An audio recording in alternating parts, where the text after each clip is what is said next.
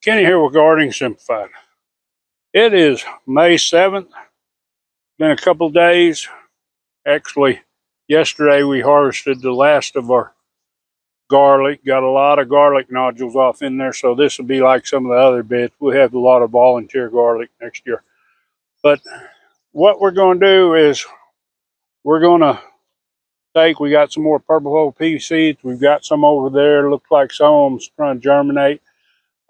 They were planting, I don't know, about 3 days ago.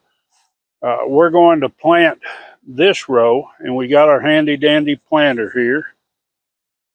And this is an easy job. I always plant a double row of them. These seeds are old. They still are germinating, but these are from 2021. They say pea seeds don't last about a year. I've found that they last longer. These were froze for a while, but then I moved them inside to get a little more freezer space. And all I got to do with this earthway planter is just go down here, and we'll see. We get a picture of these. It's just dropping them down in the thing there, and it's as simple as that. Let me finish this up. Oh, I got a helper. Got to check out and make sure I'm doing it right. Okay, we're back at the start. Didn't quite make a double row all the way. We ended up with almost 1 3/4 of the way, which is fine. We'll get enough germination and we'll get these in here, but this will give us 2 50-foot rows of purple hull peas, which will be a lot better when we go to shelling. I'm going to put some in the freezer this year. We still got plenty canned. They just don't taste as well. And we've got some in the freezer that's probably 4 years old, which are all right, but it's time to get some fresh and put in there. Now this row here, I got tomato plants coming on that I started late. I'm going to put me up a little trellis, and I'll plant me a little short piece of some cucumbers, put them in there. But everything seems to be doing fine. We come in here with our cucumbers and kind of cleaned them up, got them up off the ground, got the leaves from the little infestation from, looked like maybe spider mites or something else in there. And I did see a few cucumber beetles, so I'll probably treat these again maybe this evening. We don't want to treat them now and affect any pollinators that might be coming over.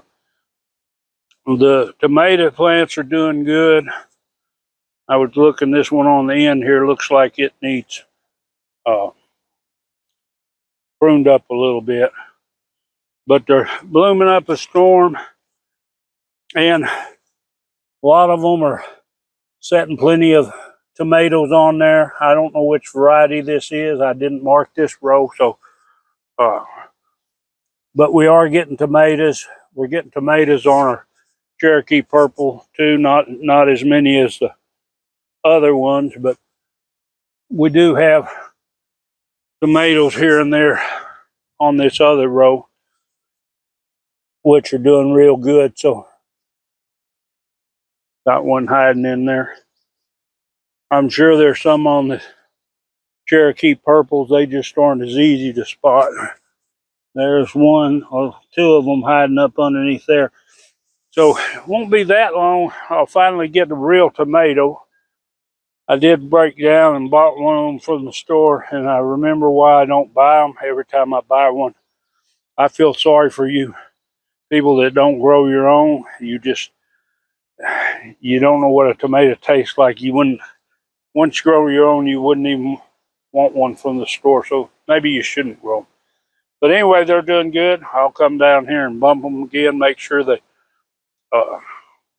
get these flowers pollinated good. But anyway, I figured I'd get on here and let you know, once you pull something out, don't wait. Go ahead and put you in a succession crop. Keep that place going, but do leave you some room in case there's something that you want to put in. And of course now, give it a big thumbs up and enjoy your gardening experience.